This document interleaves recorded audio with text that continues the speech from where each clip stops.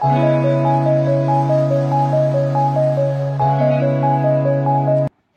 ವಿದ್ಯಾರ್ಥಿಗಳೇ, ನಿಮಗೆಲ್ಲ ಒಂದು ಕೆಎಯಿಂದ ಹೊಸದಾಗಿ ಅಪ್ಡೇಟ್ ಬಂದಿದೆ. ಅದೇನೆಂದರೆ ಅಗ್ರಿ ಪ್ರಾಕ್ಟಿಕಲ್ ಡಾಕ್ಯುಮೆಂಟ್ಸ್ ಅಪ್ಲೋಡಿಗೆ ಸಂಬಂಧಪಟ್ಟಂಗೆ ಏನಂದರೆ 15 ಲಾಸ್ಟ್ ಡೇಟ್ ಇತ್ತು, ಅದನ್ನು ಎಕ್ಸ್ಟೆಂಡ್ ಮಾಡಿದ್ದಾರೆ. ಅಪ್ ಟು 21ವರೆಗೂ ಡೇಟ್ ಎಕ್ಸ್ಟೆಂಡ್ ಮಾಡಿದ್ದಾರೆ. ನಿಮ್ಗೆ ಒಳ್ಳೆ ಅವಕಾಶ ಸಿಕ್ಕಿದೆ.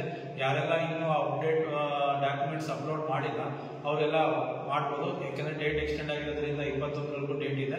ಅಲ್ಲಿ ಅಷ್ಟರೊಳಗೆ ನೀವು ಡಾಕ್ಯುಮೆಂಟ್ಸ್ನೆಲ್ಲ ಅಪ್ಲೋಡ್ ಮಾಡಿದ್ರೆ 21ರೊಳಗೆ ಅವರು ವೆರಿಫಿಕೇಶನ್ನ ಮಾಡ್ತಾರೆ ನಿಮ್ಮ ಡಾಕ್ಯುಮೆಂಟ್ಸ್ನ. 23ವರೆಗೂ 25ಕ್ಕೆ ನಿಮಗೆ ಒಂದು ಎಲಿಜಿಬಲ್ ಮತ್ತು ನಾನ್ ಎಲಿಜಿಬಲ್ ಲೀಸ್ಟ್ ಅಂತೇಳಿ 25ಕ್ಕೆ ಬಿಡ್ತಾರೆ.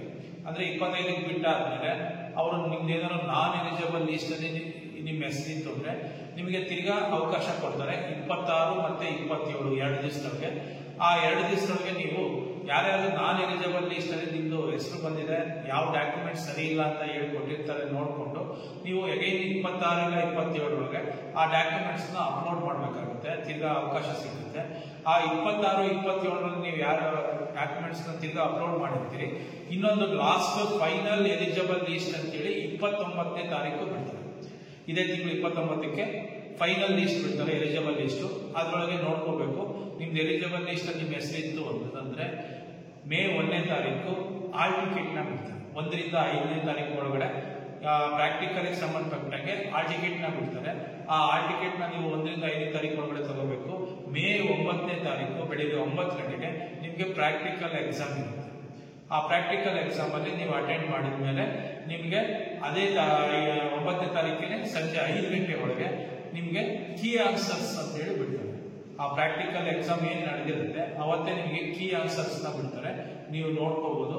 ಕೀ ಆನ್ಸರ್ಸ್ನ ಬಿಟ್ಟಾದ್ಮೇಲೆ ಅವತ್ತೇ ಬಿಟ್ಟು 5 ಗಂಟೆ ಒಳಗೆ ಬಿಡ್ತಾರೆ. ಏನಾರು ಅಬ್ಜೆಕ್ಷನ್ ಇದ್ರೆ ಹಾಕ್ಲಿಕ್ಕೂ ನಿಮಗೆ ಒಂದು ದಿವಸ ಟೈಮ್ ಕೊಡ್ತಾರೆ.